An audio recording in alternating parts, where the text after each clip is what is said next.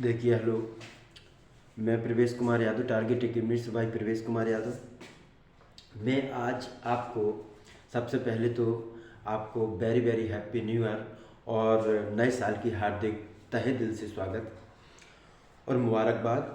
मैं आपको हिंदी का अगला सेशन यानी कि संधि तक मैंने वीडियो डाली थी, उसके बाद उपसर्ग और प्रत्यय अगला टॉपिक, हिंदी का 5 नंबर का टॉपिक उपसर्ग और प्रत्यय। उपसर्ग या प्रत्यय।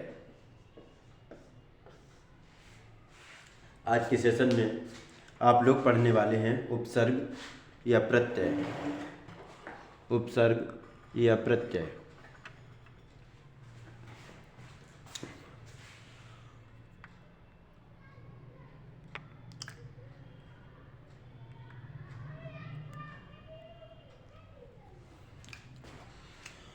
उपसर्ग या प्रत्यय में सबसे पहले आपके लिए आएगा शब्द रचना। क्या आएगा? शब्द रचना। एक हेडिंग आएगी शब्द रचना। शब्द रचना। तो शब्द रचना देखें। शब्द रचना है वर्णों के सार्थक समूह को, वर्णों के सार्थक समूह को शब्द कहते हैं। वर्णों के सार्थक समूह को शब्द कहते हैं। क्या कहते हैं? वर्णों के सार्थक समूह को, सार्थक समूह को शब्द कहते हैं। शब्द कहते हैं। यदि पेपर में आ जाए उपसर्ग प्रत्यय में शब्द रचना तो वर्णों के सार्थक समूह को शब्द कहते हैं। और वेरी मोस्ट इम्पोर्टेंट, जो कई बार पेपर में UP police constable SI SSC GD में भी पूछा गया, व्युत्पत्ति के आधार पर, व्युत्पत्ति के आधार पर, व्युत्पत्ति के आधार पर शब्द के कितने भेद होते हैं? शब्द के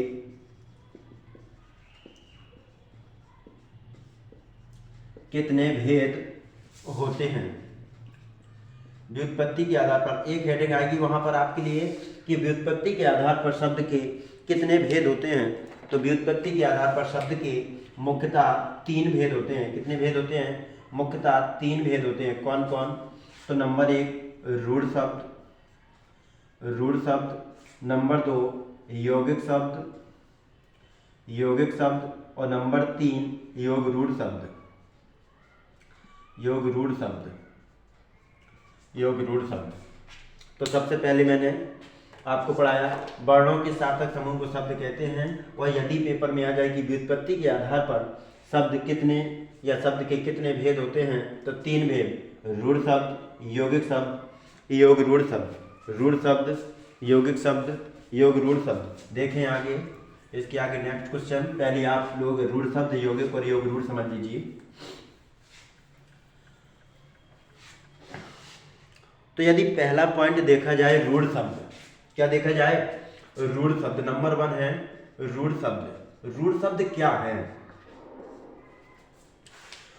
तो रूढ़ शब्द में है तो वे शब्द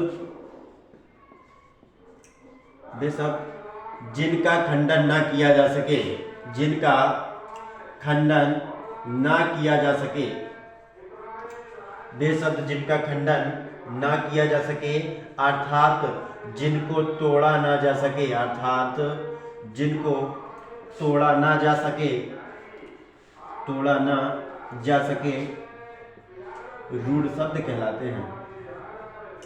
रूढ़ शब्द कहलाते हैं। रूढ़ शब्द कहलाते हैं। जैसे एग्जाम्पल, रूढ़ शब्द वे शब्द जिनका खंडन ना किया जा सके, अर्थात जिनको तोड़ा ना जा सके, अलग अलग ना किया जा सके, वे शब्द रूढ़ शब्द कहलाते हैं। जैसे घोड़ा, कौमा लोटा, कौमा कुर्सी, कौमा मेज, डॉट डॉट आदि। ये तो थे रूढ़ शब्द। अब आगे नेक्स्ट पॉइंट में देखेंगे यौगिक शब्द। क्या देखेंगे? यौगिक शब्द। तो आप उसको भी देखें, अच्छे से समझें। ये आपको कोई छोटे छोटे पॉइंट है, कोई नहीं बताएगा, देखें आप लोग अच्छे से पढ़ें। यौगिक शब्द नंबर 2 पॉइंट है यौगिक शब्द। शब्द में तो यौगिक शब्द संधि जो मैंने आपको अगला नेक्स्ट सेशन जो पढ़ाया था यूट्यूब के अंदर उसी को देखें। तो यौगिक शब्द को आप एक परिभाषा में ऐसे भी कह सकते हैं कि वे सभी शब्द जो संधि से संबंधित होते हैं, जो संधि से संबंधित होते हैं अर्थात इसे इस प्रकार भी कह सकते हैं, अर्थात संधि के सभी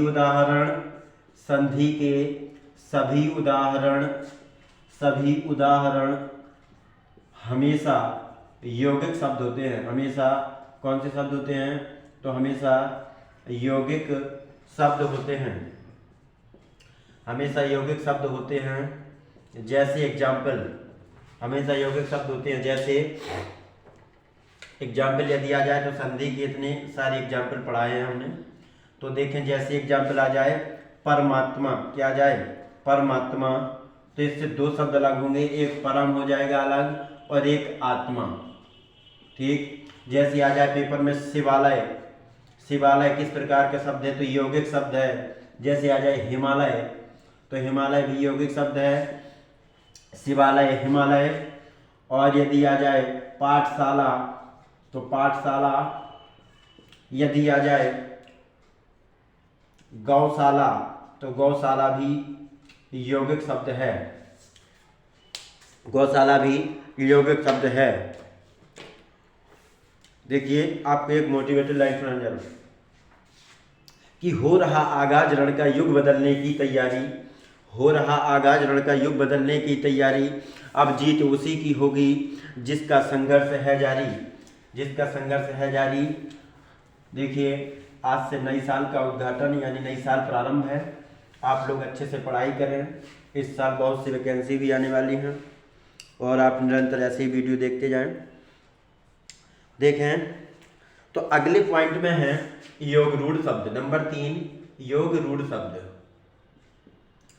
योग रूढ़ शब्द, योग रूढ़ शब्द यदि देखें तो योग रूढ़ शब्द में देखें तो बेशब्द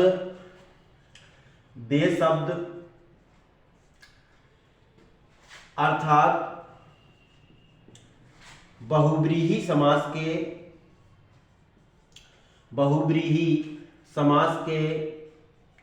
सभी उदाहरण, बहुब्रीही समास के सभी उदाहरण, अभी मैं आप लोगों को समास भी पढ़ाऊंगा। बहुब्रीही समास के सभी उदाहरण हमेशा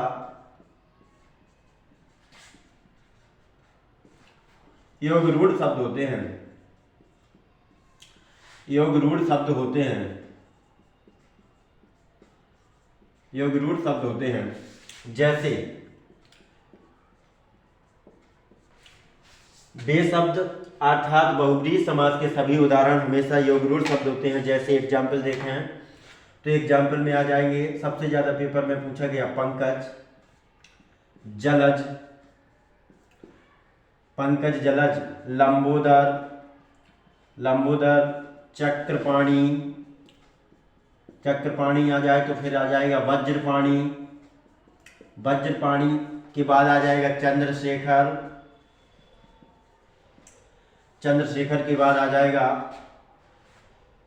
आपका चंद्रमौली, चंद्रमौली। योग रूढ़ शब्द बेशब्द अर्थात बहुब्रीही समास के सभी उदाहरण हमेशा योग रूढ़ शब्द होते हैं। पंकज, जलज, लंबोदर, चक्रपाणी, वज्रपाणी, चंद्रशेखर, चंद्रमौली। इसके बाद आप देखें उपसर्ग। क्या देखें? उपसर्ग क्या है? आप लोगों को शब्द पढ़ा चुका हूं, रूढ़ शब्द, यौगिक और योग रूढ़। अब देखें आप उपसर्ग। उपसर्ग क्या है या फिर उपसर्ग किसे कहते हैं? पहले तो उपसर्ग देखें कि यदि पेपर में पूछा जाए कि उपसर्ग शब्द में कौन सा उपसर्ग है, कौन सा उपसर्ग है? तो उपसर्ग दो शब्दों, एक उप प्लस सर्ग से मिलकर बना है, उप प्लस सर्ग से मिलकर बना है। पहली बात तो उपसर्ग उप प्लस सर्ग से मिलकर बना है। जिसमें उप का अर्थ है निकट या समीप, और सर्ग का मतलब है रचना करना या निर्माण करना, रचना करना या निर्माण करना, या निर्माण करना। देखें उपसर्ग में कौन सा उपसर्ग है, अभी मैंने आप लोगों को ये नहीं बताया कि उपसर्ग में कौन सा उपसर्ग है, तो आप लोग लिखेंगे उप उपसर्ग है। कई बार पेपर में ये भी पूछा गया कि उपसर्ग का अर्थ क्या होता है, उप उपसर्ग का अर्थ क्या होता है, या तो निकट आएगा तो आप निकट लगा दें, अनु उपसर्ग का पूछा जाए तो पीछे, अति का पूछा जाए तो अधिक, अभी आपको ये भी पढ़ूंगा। तो उपसर्ग दो शब्दों उप प्लस सर्ग से मिलकर बना है। उप का अर्थ निकट या समीप, और सर्ग का मतलब है रचना करना या निर्माण करना से मिलकर बना है। यदि इसकी परिभाषा देखी जाए तो इसकी परिभाषा है कि किसी बेशब्दांश, परिभाषा है बेशब्दांश जो शब्द के आदि में आकर, आदि में को मतलब है कि प्रारंभ में या शुरुआत में या आरंभ में आकर उनके अर्थ में कुछ विशेषता ला देते हैं, उनके अर्थ में कुछ विशेषता ला देते हैं।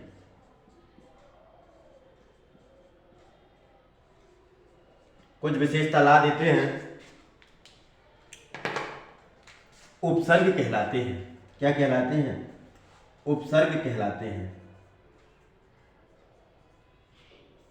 उपसर्ग कहलाते हैं। सबसे पहले मैंने आप लोगों को पढ़ाया कि उपसर्ग क्या है। तो उपसर्ग दो शब्दों उप प्लस सर्ग से मिलकर बना है, जिसके उप का अर्थ है निकट या समीप, और सर्ग का मतलब है रचना करना या निर्माण करना। ठीक। और यदि पेपर में पूछा जाए कि उपसर्ग में कौन सा उपसर्ग है, तो उप उपसर्ग है। और यदि परिभाषा पूछी जाए तो वे शब्दांश, मतलब शब्द के वे छोटे छोटे अंश या वे शब्दांश जो शब्द के आदि कोष्टक में प्रारंभ, शुरू या आरंभ, मतलब शुरुआत में आकर उनके अर्थ में कुछ विशेषता ला देते हैं, उपसर्ग कहलाते हैं। जैसे एग्जाम्पल आप लोग एग्जाम्पल देखें। पहले हम परिभाषा इसकी करते हैं, फिर एग्जाम्पल देखें। यदि उपसर्ग के एग्जाम्पल में आपको एक हार शब्द मिलेगा। कौन सा शब्द है हार। अब हार के कितने अर्थ हैं देखें। एक तो हार मतलब खेत से रिलेटेड, आप लोग सभी लोग खेत को भी हार बोलते हैं, खेत से रिलेटेड। या गले की माला, गले की माला को भी हार बोला जाता है। या हार मतलब जीत या हार, जीत या हार से भी इसका मतलब है। यदि हार के कितने अर्थ बताए हमने? तीन। खेत से रिलेटेड, एक गले की माला, और एक जीत या हार से रिलेटेड। हार तो एक शब्द है। अब हार में कौन से उपसर्ग जोड़ दें कि इनके अर्थ में कुछ विशेषता आ जाए। तो हार में यदि हम परा उपसर्ग जोड़ दें, क्या जोड़ दें? परा उपसर्ग। परा उपसर्ग यदि हम जोड़ दें तो हो जाएगा पराहार। और यदि हम हार के आगे बड़ा आ उपसर्ग जोड़ दें तो हो जाएगा आहार। क्या हो जाएगा? आहार। यदि हम हार के आगे छोटी बी उपसर्ग जोड़ दें तो क्या हो जाएगा? बिहार, बिहार हो जाएगा। और यदि हम उप उपसर्ग जोड़ दें हार के आगे तो हो जाएगा उपहार। क्या हो जाएगा? उपहार। क्या हो जाएगा? उपहार। हार के हमने आपको तीन अर्थ बताए, एक खेत के संबंध में, एक गले की माला के संबंध में, एक जीत या हार के संबंध में। यदि हार के पहले परा उपसर्ग लगा देंगे तो बन जाएगा पराहार। यदि हार के आगे बड़ा आ लगा देंगे उपसर्ग तो आहार। यदि हार के आगे छोटी बी उपसर्ग लगा देंगे तो हो जाएगा बिहार। हार के आगे उप उपसर्ग लगा देंगे तो हो जाएगा उपहार। क्या हो जाएगा? उपहार। ठीक। इसके आगे आप लोग देखेंगे उपसर्ग के बाद देखेंगे कुछ महत्वपूर्ण उपसर्ग जो पेपर में ज्यादातर पूछे जाएंगे। कुछ महत्वपूर्ण उपसर्ग, ठीक, जो सीधे सीधे एग्जाम में आएंगे, आप उनको देखें। कुछ महत्वपूर्ण उपसर्ग क्या है? कुछ महत्वपूर्ण उपसर्ग।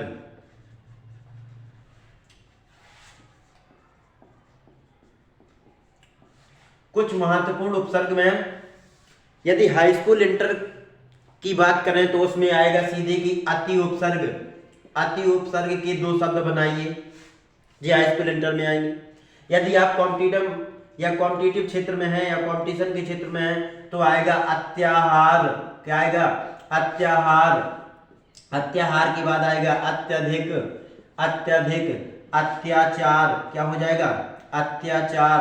मतलब कि ये वे शब्द हैं जो कई बार पेपर की भूमिका निभा चुके हैं। आएगा अत्याहार, अत्यधिक, अत्याचार और आएगा अतिशय। क्या आ जाएगा? अतिशय। अतिशय के बाद आ जाएगा अतिशय। अतिशय के बाद आ जाएगा अतिरिक्त। क्या आ जाएगा? अतिरिक्त। और इन शब्दों में एग्जामिनर क्या पूछेंगे कि अत्यधिक शब्द में कौन सा उपसर्ग है? तो अति उपसर्ग। कौन सा उपसर्ग? अति। अत्याचार में कौन सा उपसर्ग है? तो अति उपसर्ग है। अतिशय में कौन सा उपसर्ग है? तो अति उपसर्ग है। अतिरिक्त में कौन सा उपसर्ग है? तो अति उपसर्ग है। यदि और देखें तो अधिकार। क्या आ जाएगा पेपर में? अधिकार। अध्यादेश। क्या हो जाएगा? अध्यादेश। अध्यादेश के बाद आ जाएगा अधिनायक। अधिनायक। इसमें पूछे जाएंगे कि अधिनायक, तो इसमें कौन सा उपसर्ग है? तीनों में तो अधि उपसर्ग। अधि उपसर्ग। कौन सा उपसर्ग है? अधि उपसर्ग। यदि आ जाए अनुचर, क्या हो जाए? अनुचर। अनुचर के बाद आ जाए अनुकरण। अनुकरण। अनुचर, अनुकरण, अनुसार, अनुशासन। क्या हो जाए? अनुसार। अनुसार के बाद आ जाए अनुशासन। अनुशासन। अनुशासन। तो इसमें भी कौन सा उपसर्ग हो जाएगा? अनु उपसर्ग। अनु उपसर्ग। क्या हो जाएगा? अनु उपसर्ग। यदि आ जाए अपयश। अपयश। अपयश के बाद आ जाए अपमान। अपमान। अपयश, अपमान। अपमान के बाद आ जाए अपकार। क्या हो जाए? अपकार। और इन तीनों में भी पूछा जाए कि कौन सा उपसर्ग है? तो अप उपसर्ग। कौन सा उपसर्ग? अप उपसर्ग। कौन सा उपसर्ग? अप उपसर्ग। अब मुझे आशा है कि आप लोग समझ चुके होंगे। अब ज्यादातर जो पेपर में पूछे जाएंगे वो कौन से उपसर्ग के हैं उसको देखें। पेपर में पूछे जाएंगे जैसे आ जाए संगम। संगम। संबंध। संबंध के बाद आ जाए संस्कृति। संस्कृति के बाद आ जाए संस्कृत। संस्कृत के बाद आ जाए संस्कार। संस्कार के बाद आ जाए संशय। संशय के बाद आ जाए सम्मान। सम्मान के बाद आ जाए सम्मान के बाद आ जाए संतुष्ट। संतुष्ट। संतुष्ट। और आ जाए समास। यदि ये शब्द यदि आपको सभी दिखाई दे जाएं तो अधिकतर पेपर में इसी को पूछा जा रहा है अभी कि सम उपसर्ग। इन सब शब्दों में कौन सा उपसर्ग है? तो सम उपसर्ग। यदि आ जाए कि संगम शब्द में कौन सा उपसर्ग है? तो सम उपसर्ग। संबंध में कौन सा है? तो सम उपसर्ग। इसी प्रकार संस्कृति में कौन है? तो सम। संस्कृत में भी सम। संस्कार में भी सम उपसर्ग और संशय में भी सम उपसर्ग। सम्मान में भी सम उपसर्ग। संतुष्ट में भी सम उपसर्ग और समास में भी सम उपसर्ग है। ठीक। इसके आगे यदि पेपर में आ जाए, पेपर में आने वाले क्वेश्चन यदि पेपर में आ जाए कि हिंदी में कितने उपसर्ग होते हैं? हिंदी में कितने उपसर्ग होते हैं? हिंदी में कितने उपसर्ग होते हैं? और उर्दू में कितने उपसर्ग होते हैं? उर्दू में कितने उपसर्ग होते हैं?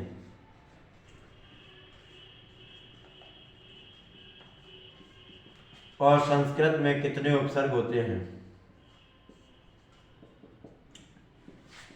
यदि हिंदी में उपसर्गों की संख्या पूछी जाए तो 13, उर्दू में उपसर्गों की संख्या पूछी जाए तो 19 और संस्कृत में उपसर्गों की संख्या पूछी जाए तो 22 होती है। कितनी होती है? 22। यदि आ जाए कि हिंदी भाषा में कितने उपसर्ग होते हैं? तो 19। उर्दू में कितने उपसर्ग होते हैं? तो 13। उर्दू में कितने उपसर्ग होते हैं? तो 19। संस्कृत में कितने उपसर्ग होते हैं? तो 22। कितने होते हैं? 22 होते हैं। अब आगे आप लोग उपसर्ग पढ़ चुके हैं, अब आप लोग देखेंगे प्रत्यय क्या है। प्रत्यय देखेंगे, प्रत्यय क्या है। प्रत्यय देखें, प्रत्यय सबसे पहले तो प्रत्यय क्या है? तो प्रत्यय दो शब्दों से मिलकर बना है, एक प्रति और प्लस अय। प्रति प्लस अय। यदि प्रत्यय शब्द में पूछी जाए कि प्रत्यय शब्द में कौन सी संधि है, क्या पूछा जाए? प्रत्यय शब्द में कौन सी संधि है, ये आपको कोई नहीं बताएगा। कौन सी संधि है, प्रत्यय शब्द में कौन सी संधि है, तो आप लगा के आइएगा यण संधि। कौन सी संधि? यण संधि। यदि प्रत्यय शब्द पूछा जाए तो प्रत्यय शब्द दो शब्दों से मिलकर बना है, प्रति प्लस अय। प्रति प्लस अय। यदि पूछा जाए कि प्रत्यय शब्द में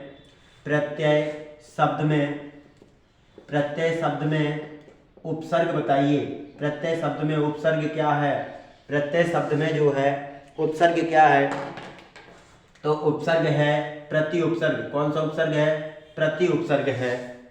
प्रति उपसर्ग है, क्या है? प्रति उपसर्ग है। और प्रत्यय का अर्थ क्या है? प्रति प्लस अय यानी प्रत्यय का अर्थ क्या है? तो ये है साथ में पर बाद में चलना। साथ में पर बाद में चलना। क्या है? साथ में पर बाद में चलना। साथ में पर बाद में चलना। इसकी परिभाषा देखें। परिभाषा इसकी है बेशब्दांश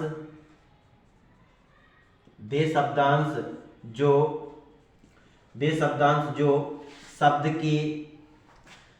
के अंत में आकर, बेशब्दांश जो शब्द के अंत में आकर उनके अर्थ में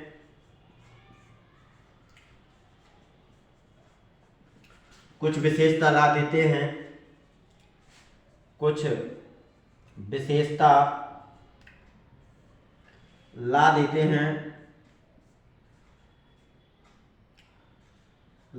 हैं, प्रत्यय कहलाते हैं। क्या कहलाते हैं? प्रत्यय कहलाते हैं।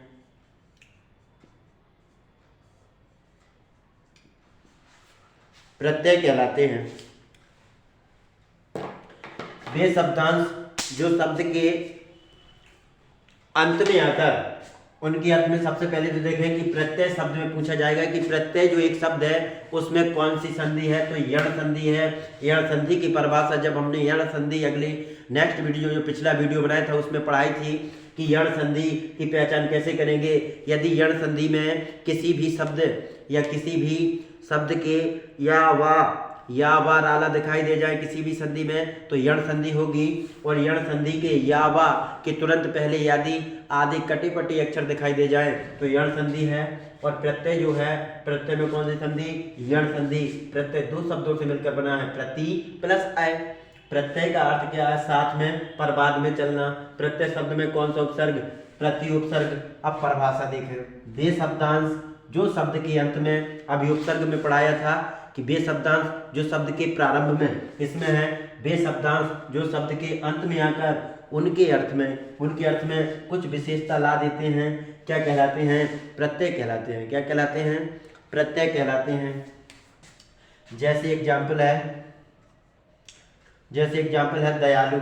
एग्जाम्पल में क्या है? दयालु। दयालु में प्रत्यय क्या है? तो आलू प्रत्यय है। क्या है? आलू प्रत्यय है। आलू प्रत्यय है। दयालु आलू प्रत्यय। जैसे पेपर में आ जाए घुमक्कड़, क्या आ जाए? घुमक्कड़। घुमक्कड़ शब्द में प्रत्यय बताइए तो अक्कड़ प्रत्यय। क्या है? अक्कड़ प्रत्यय। अक्कड़ प्रत्यय है इसमें।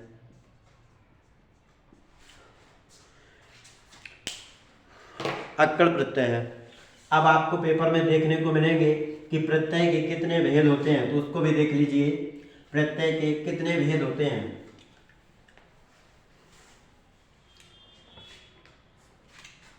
प्रत्यय के भेद।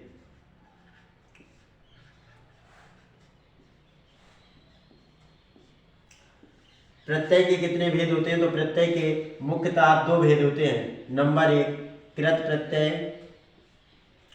कृत प्रत्यय, और नंबर 2 है तद्धित प्रत्यय। नंबर 2 तद्धित प्रत्यय, तद्धित प्रत्यय, कृत प्रत्यय और नंबर 2 तद्धित प्रत्यय। अब कृत प्रत्यय में क्या है, इसमें कृत प्रत्यय के बारे में भी पढ़ेंगे कि कृत प्रत्यय में है क्या।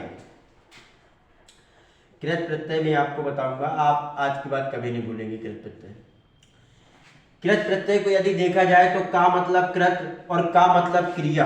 का मतलब क्रिया, एक शब्द में यदि आप लोग इसको याद करेंगे तो कृत प्रत्यय जो शब्द क्रिया से मिलकर बनते हैं, किससे मिलकर बनते हैं, क्रिया से मिलकर बने हो, वे प्रत्यय जो क्रिया से मिलकर बनते हैं कृत प्रत्यय कहलाते हैं। वे प्रत्यय जो क्रिया से मिलकर बनते हैं कृत प्रत्यय कहलाते हैं। क्या कहलाते हैं, कृत प्रत्यय कहलाते हैं। जैसे एग्जाम्पल यदि देखा जाए, जैसे लिखना एक क्रिया है। लिखना क्या है, लिखना तो एक क्रिया है। एग्जाम्पल में देखें तो लिखना एक क्रिया है, और लिखना में देखेंगे कि इसमें यदि आप लोग लिख लेंगे, एक लिख शब्द को लेंगे तो लिख एक धातु शब्द है, धातु मतलब क्रिया, और प्लस लिख के साथ में अक प्रत्यय जोड़ दें। क्या जोड़ दें, अक प्रत्यय जोड़ दें, तो क्या बन जाएगा, मिलके बन जाएगा लेखक। क्या बन जाएगा, लेखक शब्द। और लेखक जो शब्द बनेगा उसे आप लोग कहेंगे कृदंत, कृदंत शब्द। क्या कहेंगे, कृदंत शब्द। कृत प्रत्यय से बने शब्द को कृदंत शब्द कहते हैं। क्या कहते हैं, कृदंत शब्द। और देखें जैसे पढ़ना, एग्जाम्पल में पढ़ना एक क्या है, पढ़ना एक क्रिया है, पढ़ना एक क्रिया है। पढ़ना से यदि आप लोग पठ धातु ले लेंगे, पठ, और पठ में यदि आप लोग अक प्रत्यय जोड़ देंगे तो कृदंत शब्द जाके बनेगा पाठक। क्या बनेगा, पाठक, पाठक बनेगा। देखें आगे नेक्स्ट,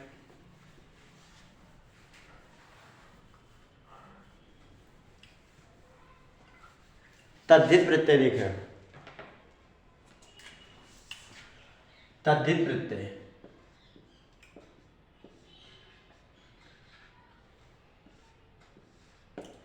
तद्धित प्रत्यय भी कृत प्रत्यय, तो आप लोगों को समझ में आया। कृत प्रत्यय मतलब का मीन्स कृत और का मीन्स क्रिया। वे प्रत्यय जो क्रिया से मिलकर या क्रिया की मूल धातु से मिलकर बने हों कृत प्रत्यय कहलाते हैं। जैसे लेखक, अब लेखक किस शब्द से बना है, तो लिखना एक क्रिया है, और लिखना की यदि लिख धातु आप लेंगे उसमें अक प्रत्यय जोड़ देंगे तो लेखक जो शब्द बनेगा वो कृदंत शब्द कहलाएगा।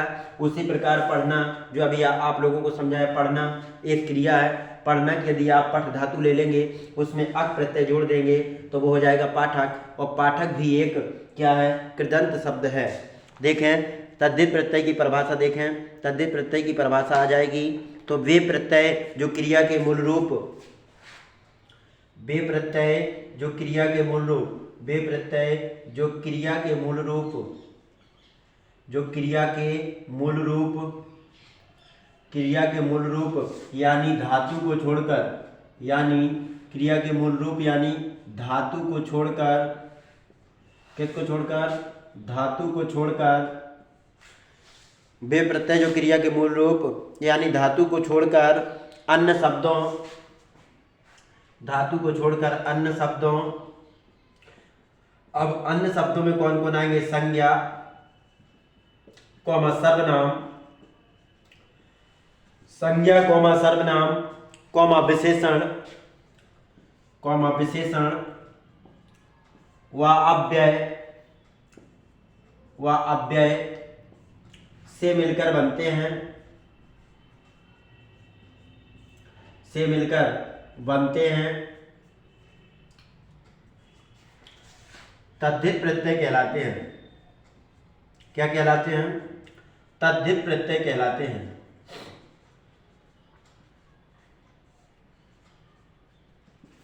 तद्धित प्रत्यय कहलाते हैं। जैसे एग्जाम्पल,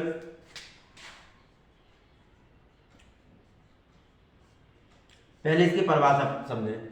वे प्रत्यय जो क्रिया के मूल रूप यानी धातु को जोड़कर, मतलब कि तद्धित प्रत्यय जो है उसमें क्रिया का दूर दूर तक वास्ता नहीं है, कहीं ना तो क्रिया से मिलकर बनते हैं। जो क्रिया से मिलकर बनते हैं वो कृत प्रत्यय कहलाते हैं। उनके अलावा यानी क्रिया को छोड़ दिया जाए तो वो सभी तद्धित प्रत्यय कहलाते हैं।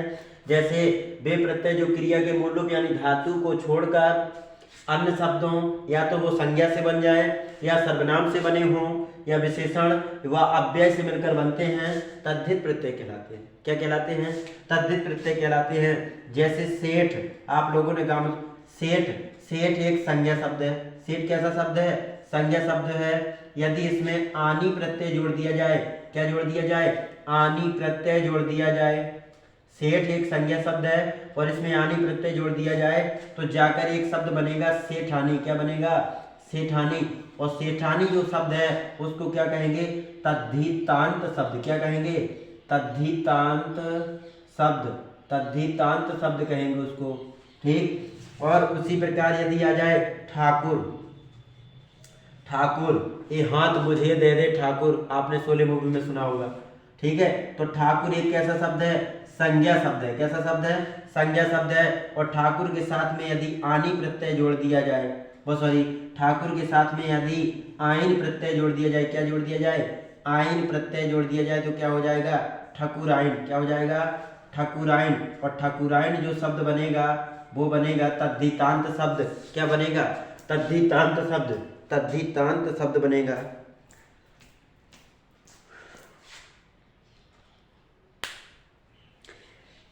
ठीक है, इसके भी आप लोग एक वेरी मोस्ट इम्पोर्टेंट एग्जाम्पल देख रहे हैं जो अधिकतर पेपर में पूछे जाते हैं, उनको देख लें। बाकी आप लोग समझदार हैं कि जो भी किसी भी शब्द के पीछे यदि कोई शब्द मिल जाए तो वो प्रत्यय है, किसी भी शब्द के आगे यदि वो शब्द मिल जाए, कोई भी शब्द लगा हो तो वो उपसर्ग है। ठीक, एग्जाम्पल यदि आप लोग इसके देखेंगे तो समझ में आएगा।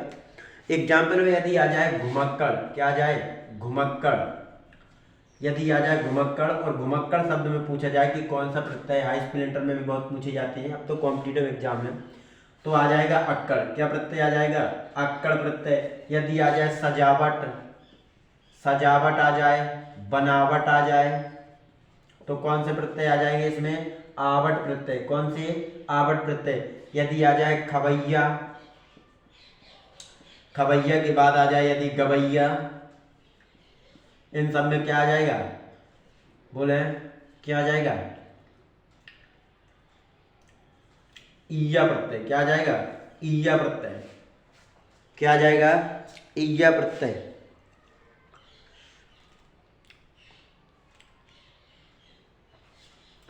अय्या प्रत्यय। क्या आ जाएगा? अय्या प्रत्यय आ जाएगा। अय्या प्रत्यय। यदि आ जाए दलिया, दलिया के बाद आ जाए खटिया, खटिया के बाद आ जाए खड़िया, तो प्रत्यय कौन सा आ जाएगा? ईया प्रत्यय। ईया प्रत्यय आ जाएगा। कौन सा? ईया प्रत्यय आ जाएगा। ईया प्रत्यय आ जाएगा। यदि आ जाए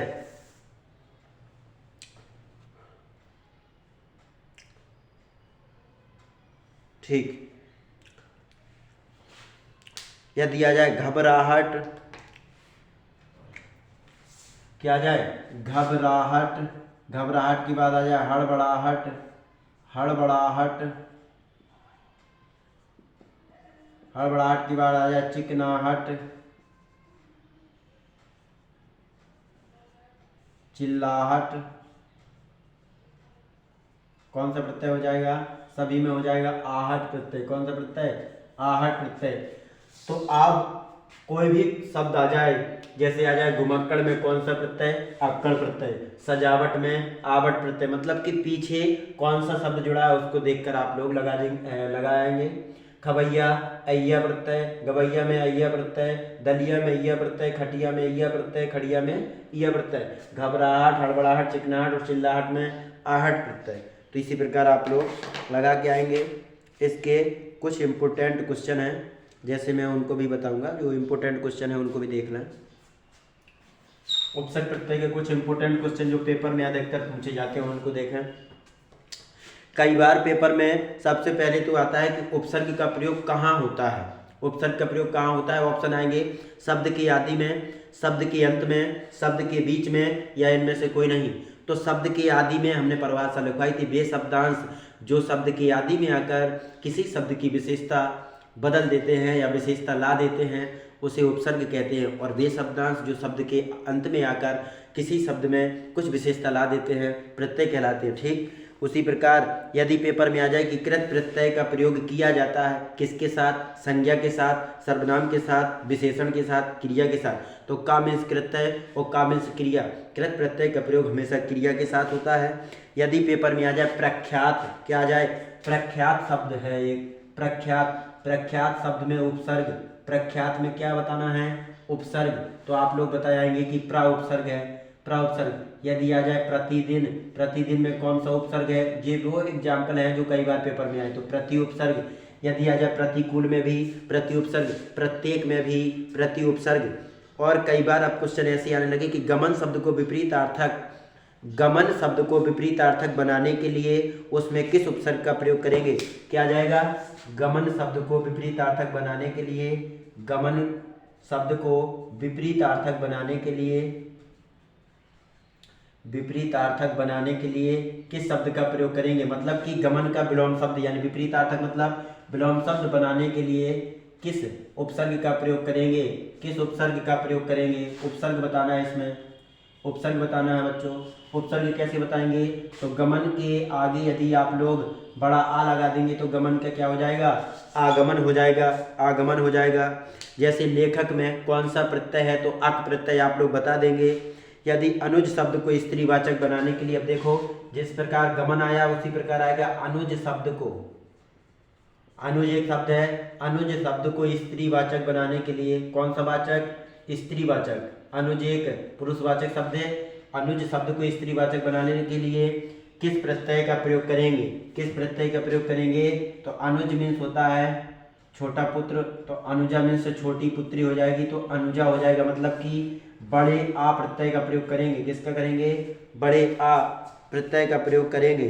यदि आ जाए सुत शब्द को स्त्रीवाचक, सुत मीन्स बेटा, सुत शब्द को स्त्रीवाचक बनाने के लिए किस प्रत्यय का प्रयोग करेंगे, तो बड़ा आ प्रत्यय का प्रयोग करेंगे। यदि आ जाए स्पृश, स्पृश, स्पृश शब्द को विपरीतार्थक बनाने के लिए किस किस उपसर्ग का प्रयोग करेंगे, तो छोटे आ उपसर्ग का प्रयोग करेंगे, अस्पृश्य हो जाएगा, क्या हो जाएगा, अस्पृश्य हो जाएगा। उसी प्रकार यदि आ जाए कि कौन सा उपसर्ग आचार शब्द के पूर्व, ठीक, कई बार पेपर में आया इस क्वेश्चन के, ये क्वेश्चन नोट करते जाना आप लोग, कॉपी पेन लेके बैठना साथ में, अच्छी क्लास है, वेरी मोस्ट इंपोर्टेंट क्लास है।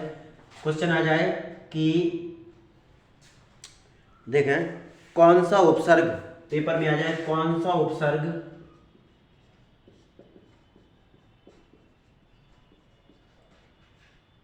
कौन सा उपसर्ग आचार शब्द से पूर्व, आचार शब्द से पूर्व,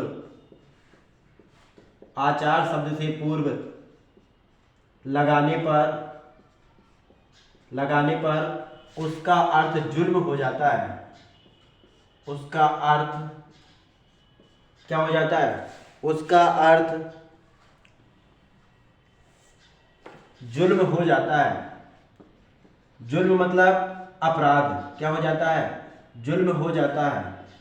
तो इसमें कौन सा उपसर्ग लगाएंगे, तो आप लोग वहां लगा कर आएंगे, आंसर हो जाएगा कौन सा उपसर्ग लगाएंगे, तो अति उपसर्ग, क्या लगाएंगे, अति। अभी थोड़ी देर पहले उपसर्ग के कुछ महत्वपूर्ण एग्जाम्पलों में मैंने पढ़ाया था कि अत्याचार, पेपर में आ जाए अत्याचार में कौन सा उपसर्ग, अति उपसर्ग, तो आचार के आगे यदि अति जोड़ देंगे तो अत्याचार बन जाएगा। वो अत्याचार जो है उसका अर्थ एक अपराध के रूप में निकलेगा, क्या निकलेगा, अपराध के रूप में निकलेगा।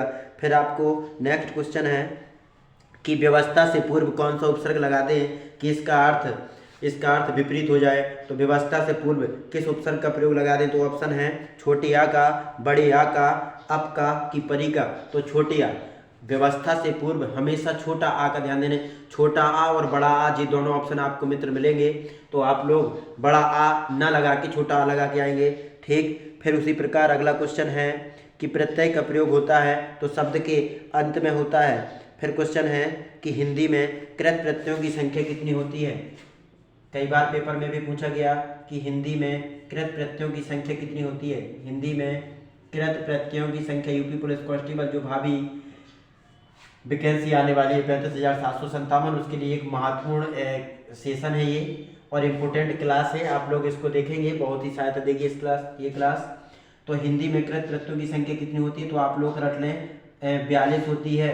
और यदि पेपर में आ जाए कि हिंदी में तद्धित प्रत्ययों की संख्या कितनी होती है, तद्धित प्रत्ययों की संख्या कितनी होती है, तो वो होती है 28। इसको भी आप लोग नोट कर लें और रट लें। देखें फिर नेक्स्ट क्वेश्चन है कि कृदंत प्रत्यय किन शब्दों के साथ जुड़ते हैं। तो अभी हमने आपको जिक्र किया था कि कृदंत प्रत्यय जो हैं का मीन्स कृत प्रत्यय या कृदंत प्रत्यय या कृदंत शब्द का मीन्स कृत और का मीन्स क्रिया के साथ जुड़ते हैं जो वो कृदंत प्रत्यय कहलाते हैं। फिर क्वेश्चन है किस शब्द में एक प्रत्यय लगने से इसका कौन सा अर्थ गलत हो जाता है, कौन सा अर्थ गलत हो जाता है। ठीक है, तो दैविक है, सामाजिक है, भौमिक है और पाक्षिक है। तो पाक्षिक गलत है क्योंकि पक्ष में लगेगा यदि एक प्रत्यय तो पाक्षिक हो जाएगा। क्या हो जाएगा, पाक्षिक हो जाएगा, पाक्षिक हो जाएगा। जैसे पेपर में कई बार ये भी पूछा गया कि धुंधला शब्द में कौन सा प्रत्यय है। धुंधला एक शब्द है, धुंधला शब्द में प्रत्यय कौन सा है, धुंधला में प्रत्यय बताएं। तो बड़ा ला प्रत्यय, कौन सा प्रत्यय है, बड़ा ला क्या है, एक प्रत्यय है धुंधला शब्द में। यदि पेपर में आ जाए दोषहर्ता में कौन सा प्रत्यय है, तो लगा के आना है हर्ता प्रत्यय है। कौन सा प्रत्यय है, हर्ता प्रत्यय है। यदि पेपर में आ जाए सावधानी में कौन सा प्रत्यय है, सावधानी में है तो बड़ी ई प्रत्यय है। कौन सा प्रत्यय है, बड़ी ई प्रत्यय है। कई लोग भाई लोग आनी लगा के आते हैं। क्या लगा के आते हैं, आनी। धुंधला आ जाए तो बड़ा ला प्रत्यय लगा के आना है, दोषहर्ता आ जाए तो हर्ता लगा के आना है, सावधानी आ जाए तो बड़ी ई प्रत्यय लगा के आना है। फिर क्वेश्चन है किस शब्द में संस्कार में कौन सा उपसर्ग है। पेपर में आया है संस्कार में कौन सा उपसर्ग है, एक शब्द है संस्कार। और अभी हमने आपको जब उपसर्ग पढ़ा रहे थे तब उसमें वेरी मोस्ट इंपोर्टेंट जो उपसर्ग के कुछ महत्वपूर्ण उदाहरण करवाए, उसमें संस्कार पढ़ाया, संस्कृति पढ़ाया, संगम पढ़ाया, संशय, संबंध, संगम, ये सभी पढ़ाए जिनके भी उच्चारण में अनुस्वार का प्रयोग हो यानी कि नाक का प्रयोग हो कहने से। जैसे कि संस्कार में कौन सा उपसर्ग है, सम उपसर्ग है। और ये अधिकतर पेपर में पूछे जाने वाले एग्जाम्पल हैं जो भावी एग्जाम में भी आएंगे और अभी वर्तमान के एग्जाम में भी आते जा रहे हैं। आप लोग इनको अच्छे से अध्ययन कीजिए। फिर है क्वेश्चन अतीव शब्द में कौन सा उपसर्ग है, एक शब्द है अतीव। क्या है, अतीब में कौन सा उपसर्ग है, तो अति उपसर्ग। कौन सा उपसर्ग है, अति। जैसे अत्याचार में अति है उसी प्रकार अति में भी अति है। तो आपको आपकी मेरी क्लास ये वाली क्लास अच्छी लगी होगी। एक क्वेश्चन और लास्ट देख लें। यदि अमावट आ जाए, अमावट में कौन सा प्रत्यय है, अमावट में प्रत्यय बताएं मित्र। अमावट में प्रत्यय हो जाएगा आवट प्रत्यय। क्या हो जाएगा, आवट प्रत्यय। जैसे सजावट, बनावट में भी मैंने बताया था, घबराहट, घुमक्कड़, भुलक्कड़ इनमें बताया था उसी प्रकार। तो आज के सेशन में उपसर्ग और प्रत्यय आपको आई होप कि आपको समझ में आए होंगे। तो मेरा चैनल है प्रवेश टारगेट एकेडमी बाय प्रवेश यादव के नाम से, तो आप लोग इसको सब्सक्राइब करें, ज़्यादा से ज़्यादा शेयर करें और लाइक करें। और आपको ऐसी ही video topic by topic Hindi की भी मिलती जाएगी, आपको रीजनिंग भी टॉपिक बाय टॉपिक मिलेगी और मैथ के भी कठिन से कठिन क्वेश्चन को सरल से सरल आसानी से मिनटों में सेकंडों में कैसे हल करें वो भी मिलेगी। यदि आपको ये सेशन अच्छा लगेगा तो आपको मैं जी के भी उसमें पढ़ाऊँगा। तो जय हिंद, जय भारत।